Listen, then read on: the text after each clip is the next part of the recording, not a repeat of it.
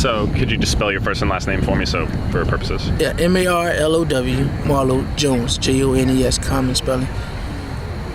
So how would you describe your childhood growing up?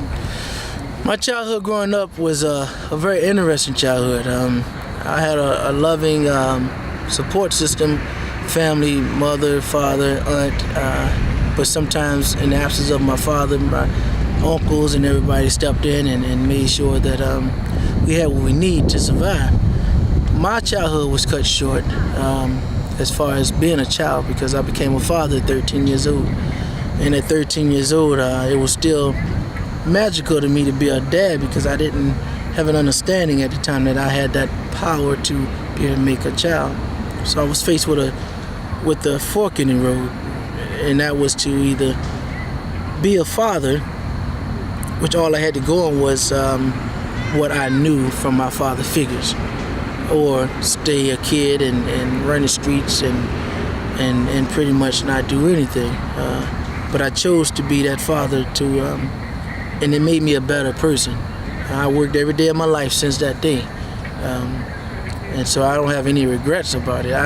When I talk about that to the kids now, I don't advise them to become a daddy early just to make it, but it really has taught me a lot, and how to accept responsibility. That's the main thing. So how would you describe the community you grew up in and around you? Yeah, the community I grew up in we traveled a lot, but I grew up in every ward in Petersburg, pretty much. I lived in every ward in Petersburg. And each ward was an acceptance type thing. Pecan Acres, I like to recall in Pecan Acres, that's my main place of residence for a long time. And that was a tight-knit community right there. Everybody's mother took care of everybody's child. I mean, we couldn't curse, we couldn't do anything without being corrected. Something that you can't do with kids today. But back then, man, we grew up in a protected environment. The mothers and fathers protected everybody, and then we protected each other as well. So how did you first get involved with boxing as a child? Well, boxing as a child, I used to love to fight as a child, and I had an anger issue as a kid, and back then I thought I could beat the world. I think that now, but but with all respect for everybody else that in the competition world, but as a kid, I had to find some way to channel that energy so I won't get in trouble. In school, I got in trouble. I got suspended a couple of times, and in the street, man, that hunger for fighting was just bigger than what I could handle. And so there were some people in my life. Ed Jones, he's a U.S. Marshal. You have Epps, Mr. Epps, he's a police officer. And you have, now Epps was the first person I started boxing under. He had a place downtown called Fitness Unlimited. And I went in there to learn karate. And he walked me to the back, and there was this old guy, Vietnam vet, and it was boxing, and it was training boxers. And I was like, that's what I want to do. And he took me under his wing, and him and the wrestling coach, Michael Moore, who was VCU's last wrestling coach, and he was Petersburg High wrestling coach. These guys took me under their wing, man, and I was able to channel all that energy into being competitive in boxing and wrestling. And they carried me to where I was able to compete standing up or on the ground, in the air or in water. I mean, they prepared me for the military, and I had no idea I was going into. But when I went in the military, I was able to handle anything they threw at me, man. I actually beat out a lot of other soldiers, man, and I was just first to do everything. But these guys, man, I owe it to guys like that. And then on this very same field was, as a kid, Dexter Hill, whose funeral was this Friday. He was my coach, my first coach.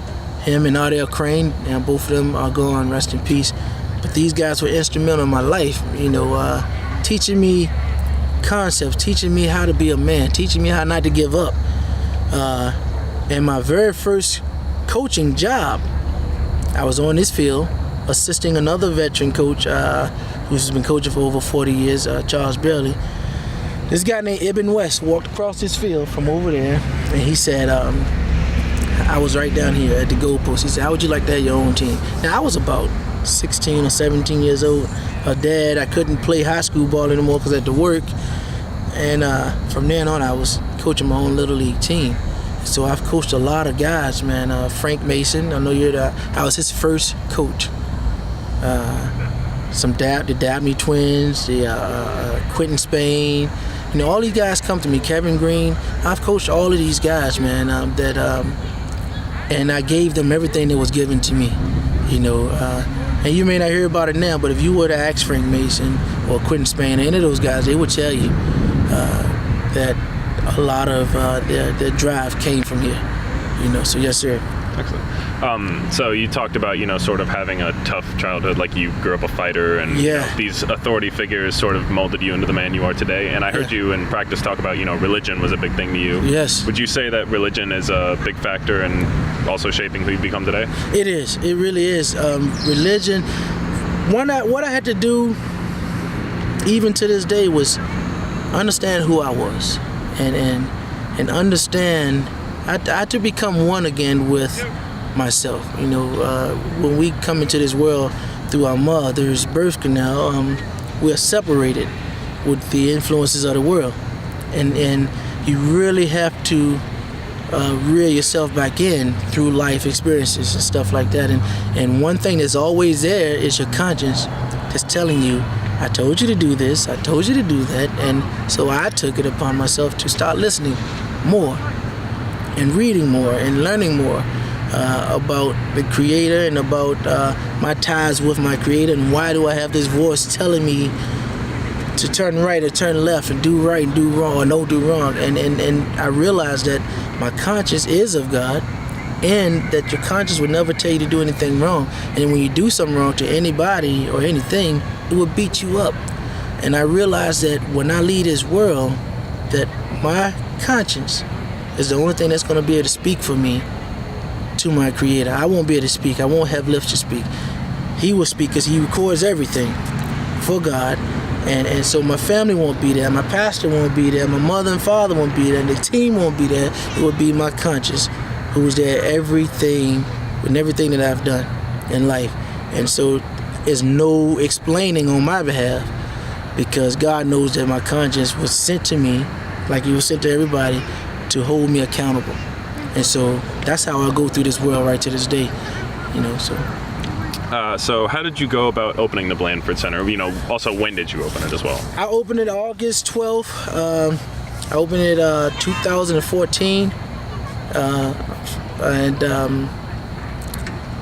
I opened that center because there was, I opened it with intentions of helping out the city to hopefully grab the kids that wasn't being grabbed by our Parks and Recreation Department. Not saying that they wasn't grabbing the kids, it was just that any help to them would have helped out a lot, you know, and I wanted it to be owned by the community. So with that said, I didn't want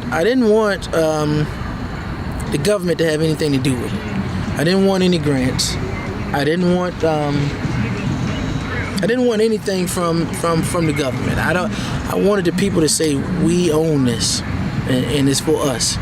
And because I believe back in time, you know, even during segregation, each community provided for their youth, whether it was a white community, black community, Muslim community, Jewish community, all provided for each other and for their youth, and they didn't depend on the government to do that, you know. So if Miss Mary had a piano class, we sent our kids to Miss Mary's house. If we was growing apples and oranges, whatever, they would send them. We would trade. We were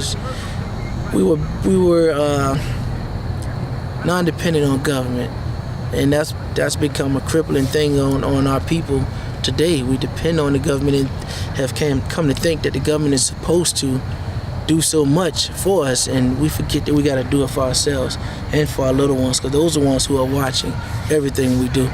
And so, yeah. So what, you kind of just explained it, but what would you say, if you had to put it into like one sentence, what is the main goal or mission of the center? The main goal and the mission of the center is create a positive atmosphere and get the kids or grown-ups, because we have programs for grown-ups, to believe in themselves.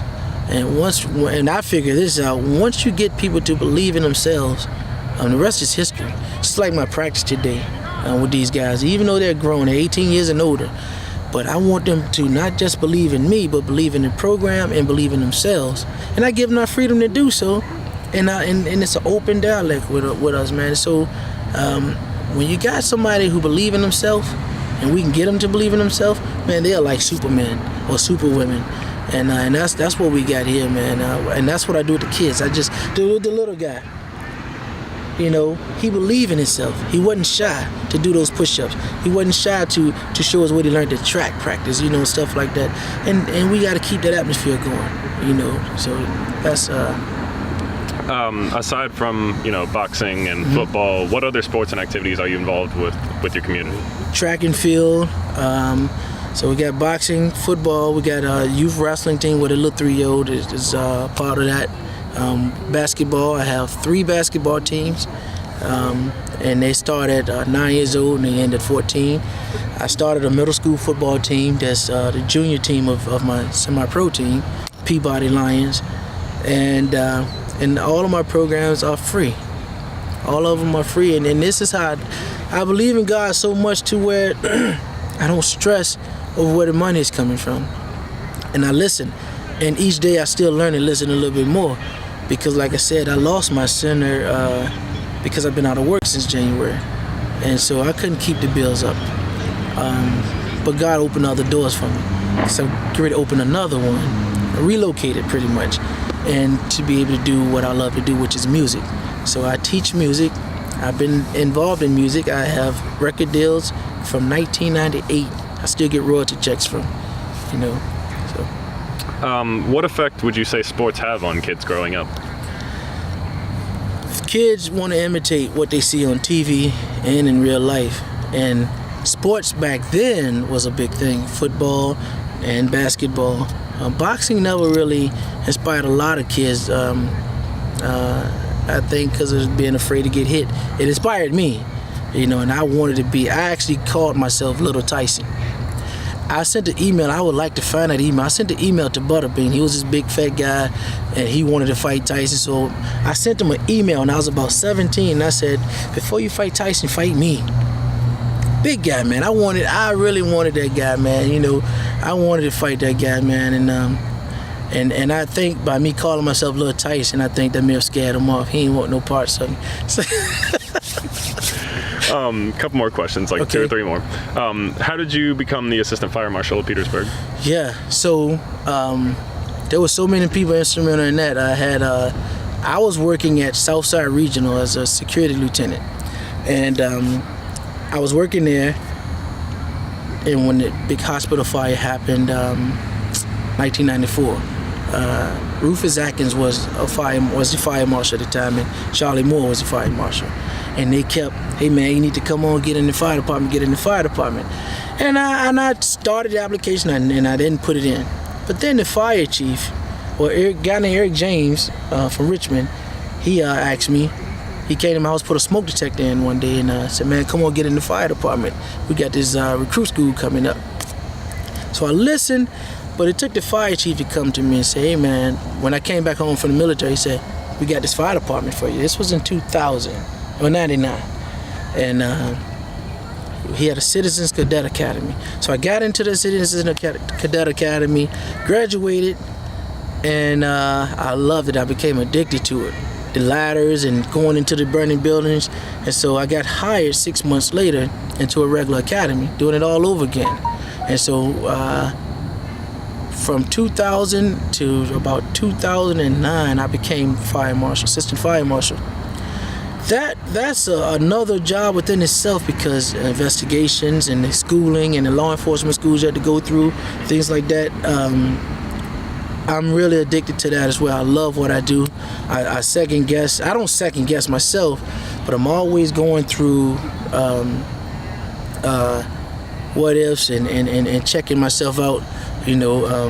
checking myself out on different things, man, cases, and I saved a lot of money for insurance companies and stuff, but my primary goal with Fire Marshal is making sure we get the community learning about how to prevent fires, and we have a lot of kids now that remember songs that I've written about fire safety and stuff like that, man. So it's just getting them aware of it, so. What inspired you to run for city council? Change. I wanted to put an end to what I think and thought was corruption in the good old boy system, and I wanted to be that aggressive leader to ask questions and to investigate and to dig in and to understand from the inside out and from the community aspect what the crowd of people really is, And I wanted to run. I ran for council, and I wanted to be that one to stop saying yes and no to everything. And I want to know why these people are coming to council meetings and want us to sell off everything and wanting us to do this or do that.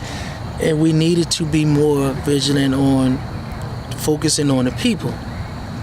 The people here are crying. They're crying out loud, and they're still crying.